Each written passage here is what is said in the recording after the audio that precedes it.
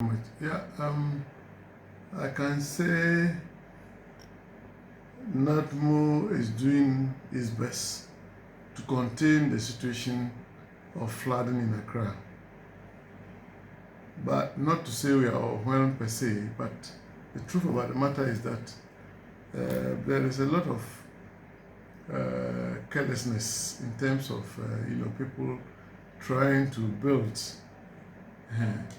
building without recourse to laws, and then sometimes the way the system is being manipulated to every people wanting to get building permits to construct on waterways, and then even they outwit the system of allocation of plots in Accra.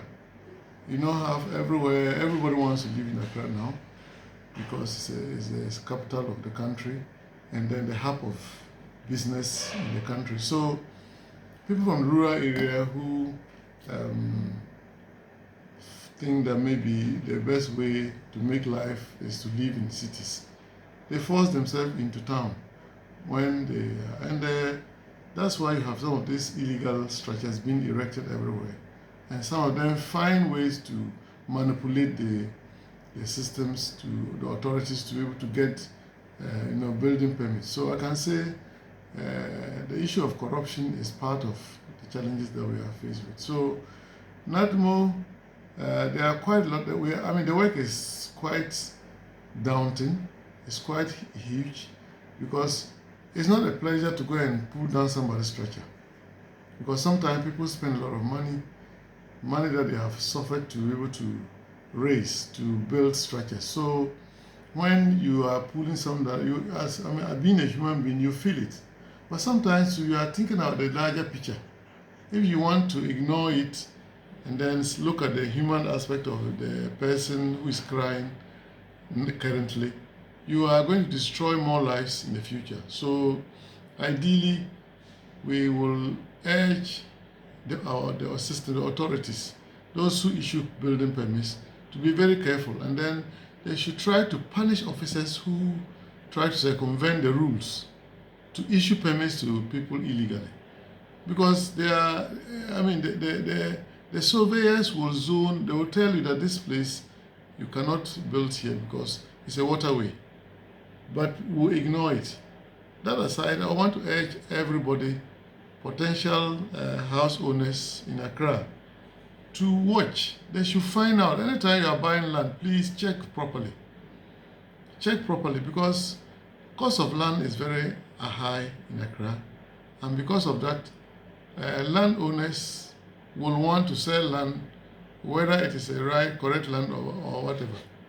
And so if you fall for such urge to get more money, you will get yourself in trouble sooner or later.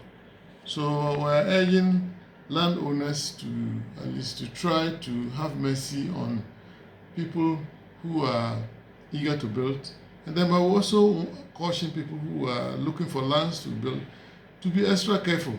Find out, how good that land is for construction or for building purposes, especially for residential purposes. You go and build, maybe your lifetime savings, you take it and go and construct a place. And then just within a twinkle of an eye, water comes to engulf it and then it pushes it down. You see that you will have lost, it will affect you and then your generation. So we are pleading that people, the general public, should be a bit careful when they are acquiring property, where they acquire it, and then the location. Please get proper building permits. Don't just build anyhow. And then the landowners too, please have mercy on the people. If somebody's life savings, you take it just because you need money, knowing very well that the land you are selling to the person is a water lock, or let's say it's a waterway. You see that when the person is suffering in the future, you will somehow have some guilt because you sold the land knowing very well that that land is not habitable.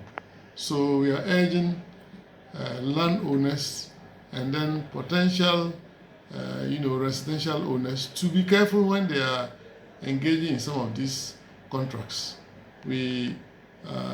As for us at NADMO, we don't take delight in pulling down people's buildings. But of course, we don't have to look at your building alone and then we spare you because of you are crying today, and then we destroy more lives in the future. That is actually not the right thing. So we are urging on corporate Ghana and everybody to come to aid of NADMO, because NADMO is a very important institution in the country. We want to save lives. We want to ensure that people's livelihoods are protected, people's lives and livelihoods are protected.